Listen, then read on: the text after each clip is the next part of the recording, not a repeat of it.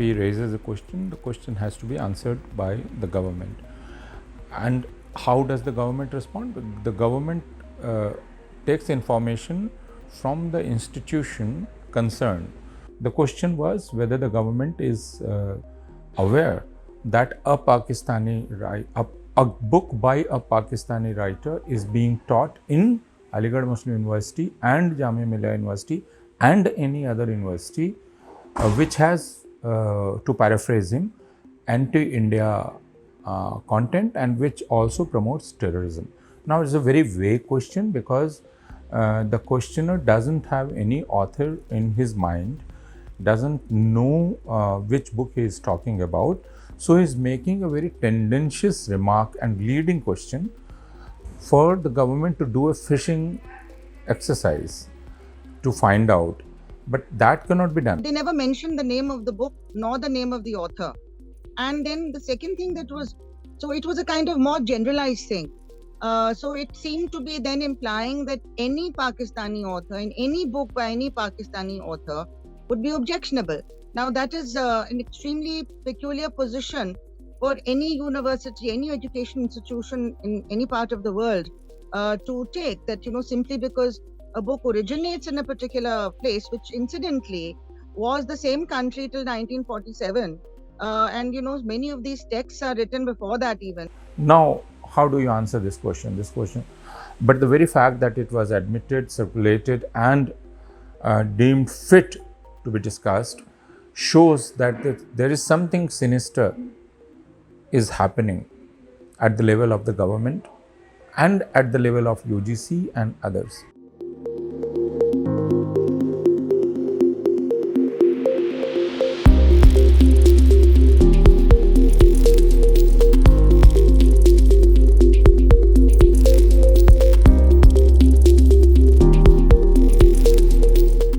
A suggestion is being made, firstly by citing only two names, Jamia Millia and Aligarh Muslim University, which are known to be Muslim universities. So a suggestion is being made, it's a dog whistle. Second, it in a way questions the right of universities or departments or teachers to select or choose their own content. That is our right. And we can choose any content from anywhere, be it Pakistan, Bangladesh, Sri Lanka. This iconic poem by Faiz, which was in fact, which became iconic because it was used by the masses of Pakistan to oppose the tyrannical regime of Ziaul Haq. He is talking about Khalq, Awam, people and the sovereignty of people and the power of people. And Allah represents that. So it's not against any religion, it's a symbolic thing, a metaphor is being used.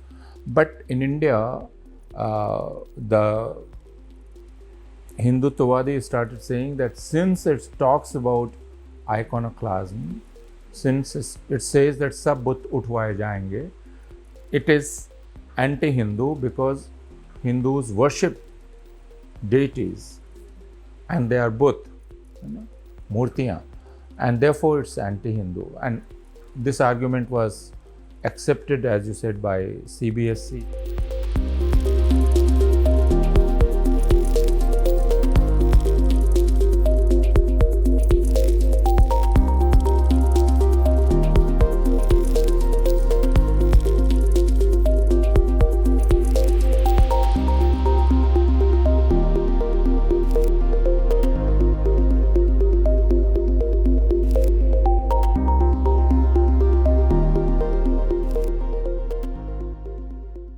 university is meant to not accept anything uncritically. Even if there is a book which has, according to some people, something that may insult or have a derogatory comment about a community or about, say Dalits or about, women or something.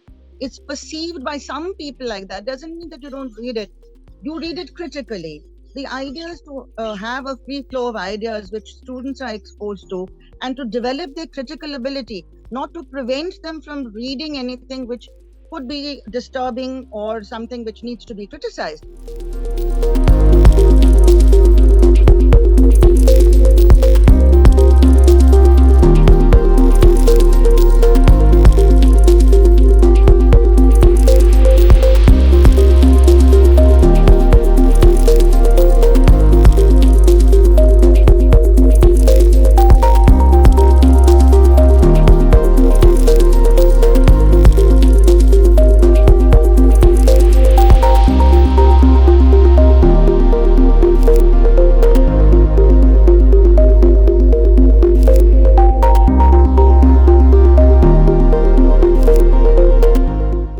The government has introduced a new national education policy. This is a national education policy, mind you, and it has not been discussed by the parliament. It has been introduced through executive orders. Role of the teacher is being completely undermined from all processes, syllabi making, even examinations, teaching methods. You're being removed from the scene because you say that teachers are not really necessary. Teachers are expensive. You have to pay their salaries. From the equation, which is one of the thrusts of the new education policy that they've brought in, that you have this massive, more than 50% digitalization. Teachers are supposed to make pre-recorded lectures and there's blended learning. In the name of all of that, in the name of student-centric learning, you are actually trying to remove the teacher, which means you remove the whole sense of dialogue, and which is through which any student actually gets to learn anything.